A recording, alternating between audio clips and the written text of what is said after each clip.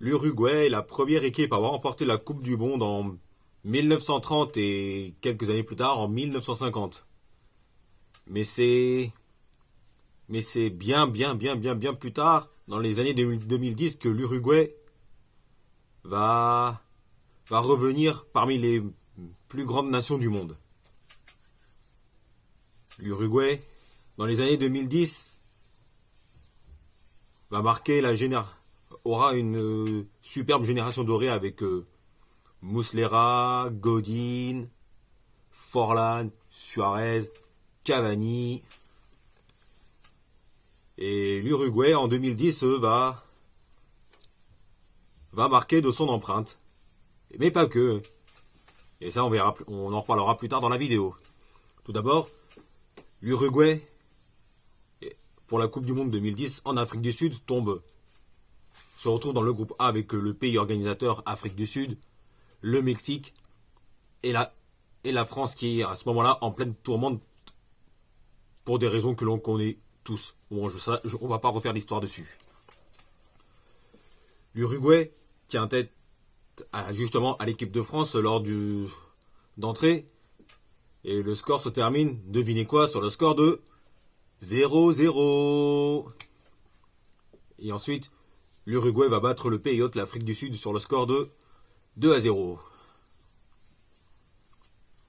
Et l'Uruguay va faire mieux lors du match suivant, puisque l'Uruguay va faire nul.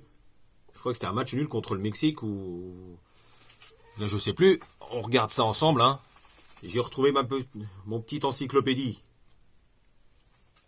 Je crois que l'Uruguay gagne ou fait match nul, je sais plus. Ah ben non, l'Uruguay gagne sur le score de 1-0 face au Mexique grâce à un but du jeune prometteur à l'époque, Luis Suarez.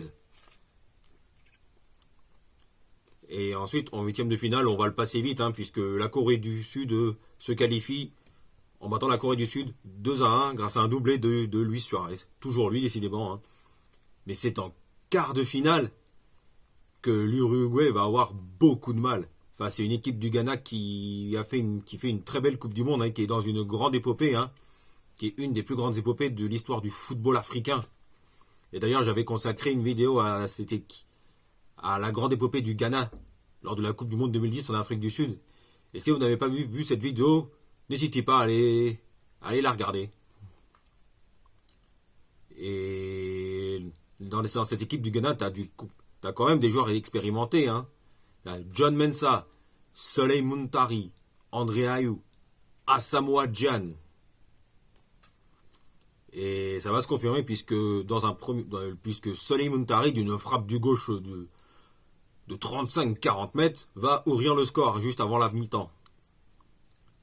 Mais c'est en seconde période que l'Uruguay va revenir grâce à un but de Diego Forlán qui fait une Coupe du Monde extraordinaire. Et vous connaissez la suite, hein. Luis Suarez, en toute fin de prolongation, fait une parade à la Fabien Barthez. Et hop, carton rouge, penalty pour le Ghana. Mais hélas, c'est Asamoah Gyan qui tire le penalty, mais sur la transversale. Ce qui fait qu'on se retrouve à égalité un partout. Et c'est Sébastien Habreux, si je me rappelle bien, qui marque le tir au but vainqueur qui qualifie l'Uruguay pour le dernier carré. Et donc l'Uruguay qualifié pour les demi-finales. Et là, l'Uruguay devra encore déplacer une autre montagne qui s'appelle les Pays-Bas, qui font une excellente Coupe du Monde, hein, grâce à leur grosse armada offensif avec Arjen Robben, Wesley Sneijder, Dirk Kuyt et Robin van Persie. Et ben, l'Uruguay ne va pas être en difficulté. Pour autant, il va même tenir tête, faire jeu égal durant tout le match avec les Pays-Bas. Même si Giovanni Van Bronckhorst permet aux Oranges d'ouvrir le score grâce à un but mais phénoménal du pied gauche, mais monumental. C'est un but à la Roberto Carlos.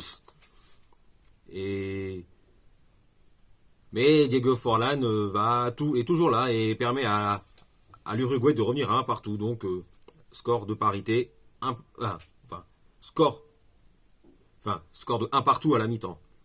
Mais ensuite, Wesley Sneijder redonne l'avantage aux Néerlandais avant que Arjen Robben creuse l'écart, ce qui permet aux Pays-Bas de se diriger vers la finale. Mais Maxi Pereira, l'expérimenté latéral droit, redonne espoir à la Céleste, mais c'est bien trop tard. Et du coup, l'Uruguay peut encore finir troisième face à l'Allemagne, et l'Uruguay, cette fois-là, va encore tenir tête à une grande nation qui est l'Allemagne, mais l'Uruguay n'y pourra rien face au jeune Thomas Müller qui ouvre le score. Ensuite, but de Janssen, et ensuite Khedira marque aussi. Alors, tandis que les Uruguayens marqueront sur des buts de l'autre jeune prometteur à l'époque, Edinson Cavani, et de l'expérimenté Diego Forlán. Et un jour plus tard, et 24 heures, et le lendemain, l'Espagne remporte sa première étoile face aux Pays-Bas en prolongation. On connaît tous l'histoire.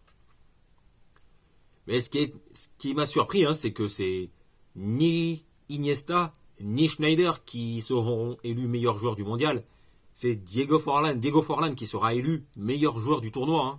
Alors que moi, je voyais clairement Schneider ou Iniesta. Et pour la petite histoire aussi, Diego Forlán termine meilleur buteur avec 5 buts à égalité avec Schneider, Wesley Schneider, Thomas Müller et David Villa. Et ensuite, on passe à la Coupe du Monde 2014 où l'Uruguay, on va regarder ça ensemble, se retrouve dans un groupe ultra compliqué cette fois-ci avec l'Italie championne du monde 2010 et qui sort d'un Euro 2012 très bon en étant finaliste, et l'Angleterre qui bien que grande nation est un petit peu en perdition. Et aussi il y a le Costa Rica. Mais l'Uruguay et le Costa Rica vont tenir tête aux Anglais et aux Italiens. Même si l'Uruguay perd son premier match d'ouverture face au Costa Rica sur le score de 3-1, même si Cavani ouvre le score sur penalty, mais le Costa Rica va surprendre grâce à Campbell, Duarte, Urinha. Et justement, en parlant du Costa Rica, c'est le sujet de la prochaine vidéo. Car le Costa Rica a fait une très belle Coupe du Monde en 2014 au Brésil. C'est ce qui m'avait énormément marqué. Et ensuite, l'Uruguay va battre l'Angleterre sur le score de 2-1 grâce à un doublé de Luis Suarez, qui est dans une période de confirmation. Et l'Uruguay va battre une Angleterre qui va être déjà éliminée malgré le but de l'égalisation de Wayne Rooney. Et lors du match suivant, l'Uruguay va le faire, va réussir l'exploit de battre l'Italie sur un but de Diego Godin en fin de match, à 10 minutes de la fin, presque. Mais ce match est marqué par la morsure de Suarez sur Chiellini, ce qui vaudra à Luis Suarez une longue période de suspension, que ce soit avec l'Uruguay ou avec le FC Barcelone. Il signera quelques mois plus tard. Et l'Uruguay se qualifie pour les huitièmes de finale à surprise générale, et affronte la Colombie qui fait là aussi une très belle coupe du Monde. Mais bon, là, l'Uruguay n'y pourra rien cette fois-ci sur le doublé de Rames Rodriguez qui permet à la Colombie de se qualifier pour les quarts de finale. Et ensuite, on passe en 2018 où l'Uruguay va se retrouver dans le groupe avec le pays organisateur, la Russie, l'Égypte de Mohamed Salah et l'Arabie Saoudite qui retrouve la Coupe du Monde également. Et ça va très bien se passer. Ça va très bien se passer pour l'Uruguay dans ce groupe, puisque l'Uruguay va s'imposer 1-0 lors de son match d'entrée face à l'Égypte de Mo Salah sur un but de José María Jiménez à la 89e en toute fin de match. Et ensuite, l'Uruguay va battre l'Arabie Saoudite sur le score de 1-0 là aussi, donc l'Uruguay qualifié. Et l'Uruguay va faire mieux en terminant premier de son groupe en s'imposant face au pays organisateur russe 3-0 grâce à un but de Luis Suarez, Cherichev contre son camp et Edinson Cavani. Et l'Uruguay va encore faire mieux en huitième de finale face au Portugal. Puisque même si le Portugal est favori, le Portugal n'y pourra rien y faire. Sur un doublé de Edinson Cavani, un Cavani ouvre le score en tout début de match, si je me rappelle bien. Et en deuxième période, c'est Pepe qui égalise pour le Portugal. Mais bon, en face, il y avait le duo Suarez et Cavani. Et c'est Cavani qui va encore offrir l'avantage encore à l'Uruguay. Et Cavani en s'offrant un doublé encore une fois, en s'offrant un doublé tout court même, va permettre à l'Uruguay de créer l'exploit d'éliminer le Portugal, champion d'Europe 2016. Alors que dans cette équipe du Portugal, tu avais du Rui Patricio, du Pepe, du Ruben Dias, du Bernardo Silva, du Bruno Fernandes, du Cristiano Ronaldo, etc., etc. Mais en quart de finale, l'Uruguay ne pourra rien y faire face au grand favori, l'équipe de France, sur les buts de Raphaël Varane juste avant la mi-temps, et le but d'Antoine Griezmann en seconde période. Mais l'Uruguay a fait une très belle Coupe du Monde, encore une fois, jusque-là. Et qu'en est-il de cette génération dorée de l'Uruguay? Eh bien, l'Uruguay, c'était plus compliqué cette année, lors de la Coupe du Monde 2022 au Qatar, puisque l'Uruguay est tenu en échec 0-0 par la Corée du Sud et perd le second match face au Portugal dans la revanche du 8e de finale d'il y a 4 ans. Et lors du troisième match, certes, l'Uruguay va battre le Ghana sur le score de 2-0, mais sera éliminé quand même à la différence de but, puisque la Corée du Sud a réalisé l'exploit de battre un Portugal déjà qualifié, et qui a donc fait tourner son effectif. Et donc c'est la Corée du Sud qui termine deuxième à la différence de but. Bien meilleur que l'Uruguay.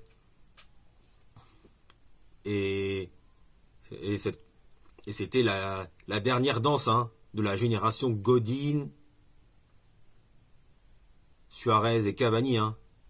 Et l'Uruguay prépare tout doucement l'avenir avec des jeunes joueurs comme Darwin Núñez, qui a été excellent la saison dernière au Benfica, et qui est cette saison-là une des grandes stars de Liverpool en Première Ligue, même s'il a un petit peu du mal en ce début de saison, mais ça va venir. Et l'Uruguay peut compter aussi sur un autre jeune talentueux, et qui est un très très bon milieu de terrain, qui est Federico Valverde, qui a récemment remporté la Ligue des Champions avec le Real Madrid il y a quelques mois de cela. Et peut aussi toujours compter sur le désormais expérimenté José María Jiménez, même si lui, Jiménez, à mon avis, il risque de prendre tarif, vu ce qui s'est passé après l'élimination de la Céleste. Il risque un peu de prendre tarif, et on risque de ne pas le revoir sur les terrains durant un bon moment. Long moment. Voilà, c'était un plaisir d'avoir fait cette vidéo avec vous. Ça m'a fait plaisir de parler de cette équipe, de cette génération dorée de l'Uruguay qui a marqué mon époque, car c'est une équipe qui est toujours au présent au moment où on s'y attend pas, lors de la Coupe du Monde, que ce soit 2010, 2014, 2018, même si en 2022, cette année, tout récemment, c'était compliqué. Voilà, n'hésitez pas à vous abonner en cliquant sur la petite cloche pour être informé de la sortie des prochaines vidéos, et on se retrouve très vite pour parler foot et catch. Allez, salut à tous.